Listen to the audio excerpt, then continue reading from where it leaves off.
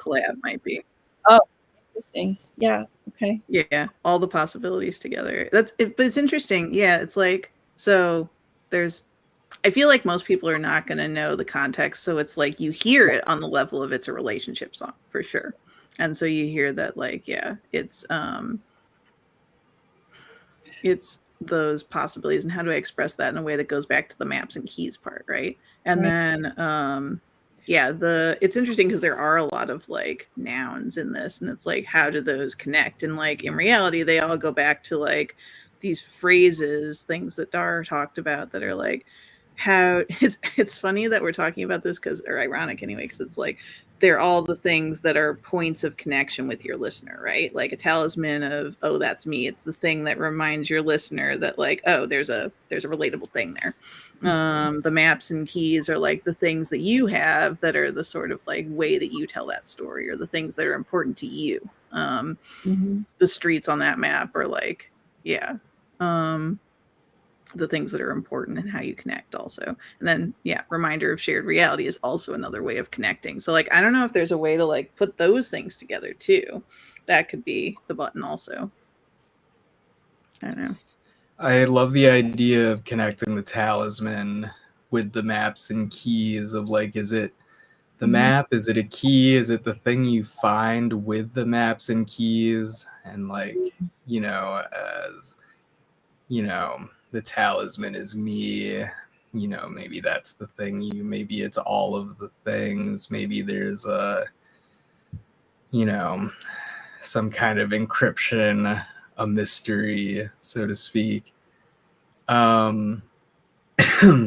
Yeah, of like discovery of this is like new possibilities of love and right, there is kind of like an adventure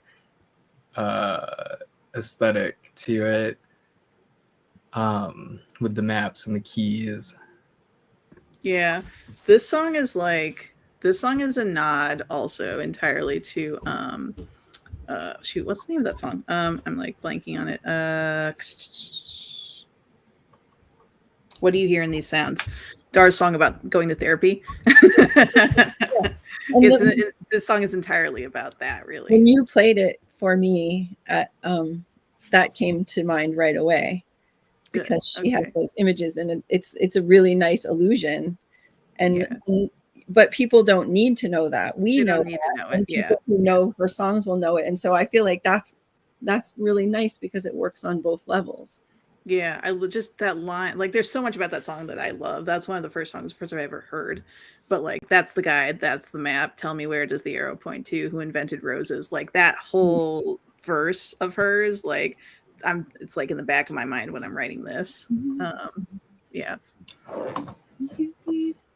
Here's a couple things I don't think work in this, or like that I'm trying to figure out. So okay, I like the line, it's God's way of saying I'm loved for other things, like, and that sets up that whole verse. I wanted to ask you a question, which may not help with what you're asking, but the second line is, there's more to me than this gal who sings. I'm looking at you adoringly. So there's a lot of jumping that happens in this verse. And I'm curious about what you said earlier about wanting to be someone who, or the narrator wants to be someone who's in love, but someone who's still writing songs. But this line reads to me like it's trying to make an assertion that I'm a lot more than just a singer. I'm a lot more than just this person who writes songs and sings songs.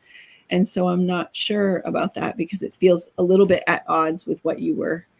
Yeah, there's an ambivalence in that because I think that was, I mean, some of the story that we were getting from her also, I think is like, you know, somebody who is a songwriter fundamentally, who that's how they relate to other people in the world, but also when that gets difficult, like, then how do you relate to the world? So that's kind of what this is relating, but it's like, yeah, I don't know if it reads, because if you're reading it as a relationship story, then like, does that read? I don't know. Then no, what is the thing that we're saying is God's way of saying I'm loved for other things? That's unclear. And then what's funny is that I'm looking at you adoringly. She didn't say that. Emily said that because this was just a thing, like a line I had in my notes that I thought was cute because it was like a moment in one of Dar's sessions when she was like, "Oh, Emily, do you have a question?" And she's like, "No, I'm just looking at you adoringly." And I thought it was nice, but it kind of worked in if this like is a relationship story. Mm-hmm. So that's where that came from. I feel like in that verse that like I'm thinking maybe move the streets part up because the way that's structured is like there's more to me than just the artist, than just, you know, the singer, this writer. But then to go back to that after that, I kind of feel like that's the preface to that it's like I am a writer, but there's more, like I'm writing about you, and like but there's more to me than that, and that is this, you know. Ooh, I like reversing that. Yeah, That's yeah.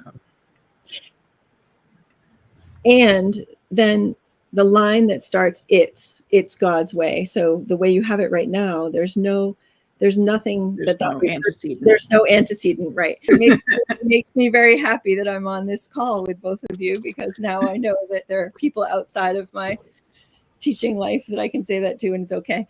But there is no antecedent for it. And so if you do what Martin was suggesting and you play around with it, then it does make more sense that there's more to her than just a songwriter, than just a singer, just an artist.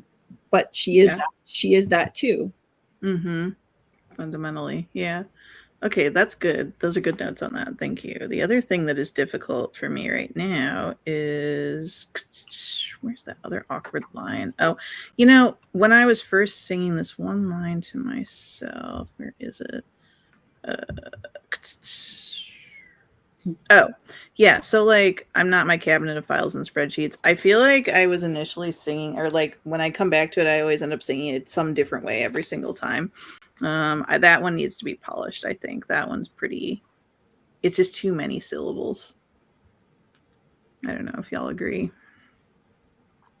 Like, I'm not all scars or hard-won boundaries. I'm not my cabinet of files and spreadsheets. This a reference to like how she writes songs, basically. And it's kind of like how I write songs. I just throw everything into a big document and then pull stuff out of it. So it is sort of like a big file. I do have some spreadsheets, but like it's too many words. I don't know. It didn't bother me. And I again, it was a Dar reference for me. So maybe I can't, be tainted enough by it, or, you know, maybe I'm not subjective enough. What do you think, Martin? I mean, you could split up files and spreadsheets. They kind of, like, it might be a little bit redundant that like I'm not just my cabinet of files and the castles of my spreadsheets or whatever. You know, like split them up so that you have that imagery in like different stanzas. If I'm thinking about this as an adventure, maybe put more of the office imagery, quit your job at the beginning, and it kind of opens up to this grand talisman thing. Just like an overall structure. Yeah, because, right, you know, we're on this adventure, there's talismans, there's maps and keys, and then we're back in the office. That's interesting. I could see that as, if it's another one of my songs that has become sort of an epic arc, is what's happening here. Maybe it could be if I rearrange it the right way, right?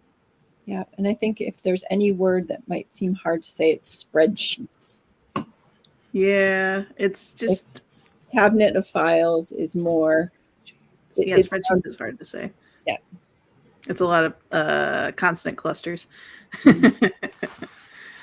When I was in first grade, there was a whole like quarter where I didn't do my homework, which was to write on little pieces of paper like consonant clusters and stuff like that, which I thought was dumb. But yeah, that reminds me of that. My mom had to go talk to the teacher.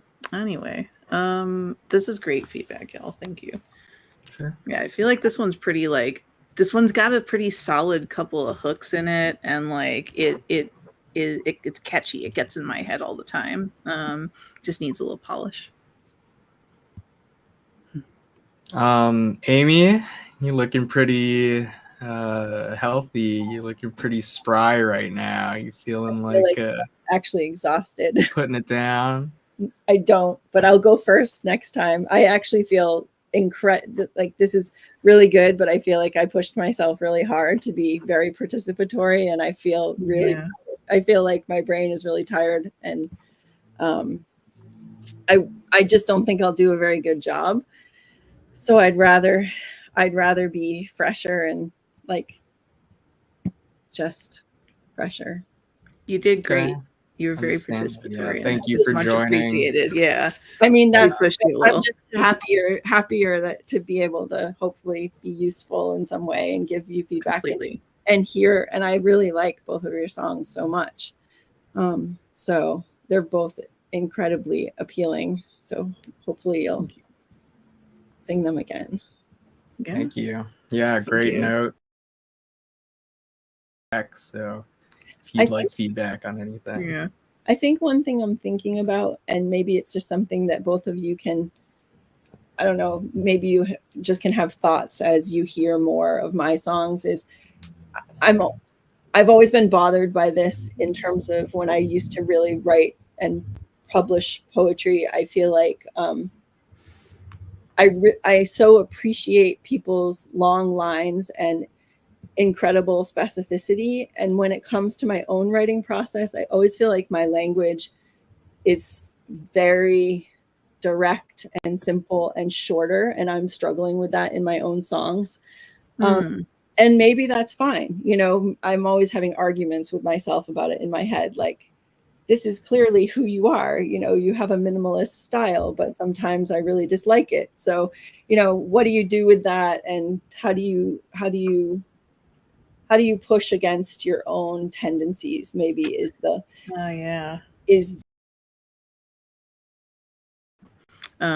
like, I mean, I have all the words and I try to throw them all into everything I'm writing, and I'm trying to be much more spare. That was feedback I gave Doug a while back, because Doug is an expert, I feel like, at like writing the spare seeming song that actually has depth to it. So I don't know, that might be somewhere to look to, like to check out his stuff more and just see like how he does it to get the depth in there, but also like with very like the lyrics seem very simple. They're more straightforward and spare for sure. I feel like that happens to me. I have that problem as well. It's when I get too caught up in the rhyme scheme, when I get too caught up in the musicality of it, is when my lines like end up being like more curt and like less, you know, profound and specific. So yeah, I guess to really focus on your meaning and not on, you know, the form or the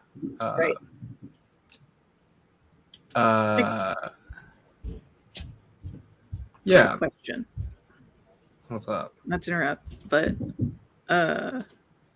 my question is, wait, so to clarify, is this something that comes out in both your poetry and your songs, or is it more something that happens with songwriting? It's more something that happens with, well, there's a similarity. I don't write rhyming poems.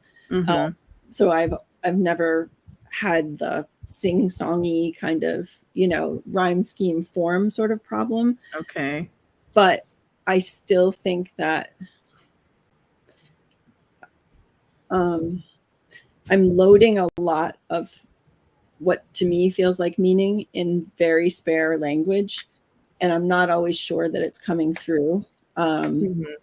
And I think what scheme and having to detangle yourself from it, which is hard sometimes. So that's, you know, that's not a poetry problem. I guess I was just mentioning it because, you know, I've never been the kind of person who writes lines like Bob Dylan or lines like Walt Whitman, or, you know, plenty of other people, but like those are the most notable in terms of the long line.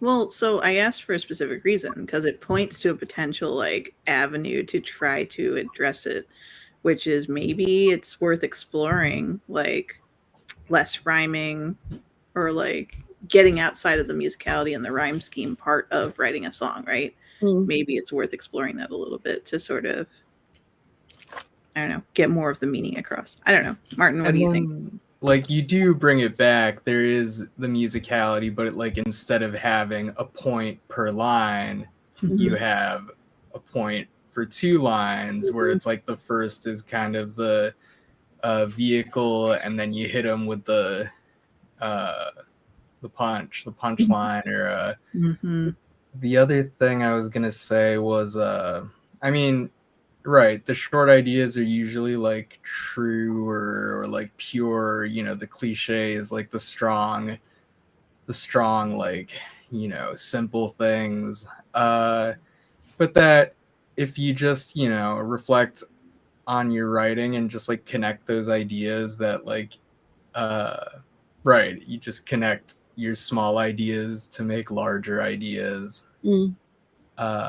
Yeah. So that like the small ideas that come naturally to you go to good use, and you know, have even greater meaning when you start lensing them through the other things. This makes me think of something else Melissa said, which was like her advice to somebody was to not shy away from even going further in the direction of spareness and musicality, like hand claps, yeah, yeahs, la la las. Like those things are totally valid and can actually convey the feeling you're trying to get across without like any words. So like she was talking to Tracy, remember? Oh, that was one. I think she told it to Janet possibly too.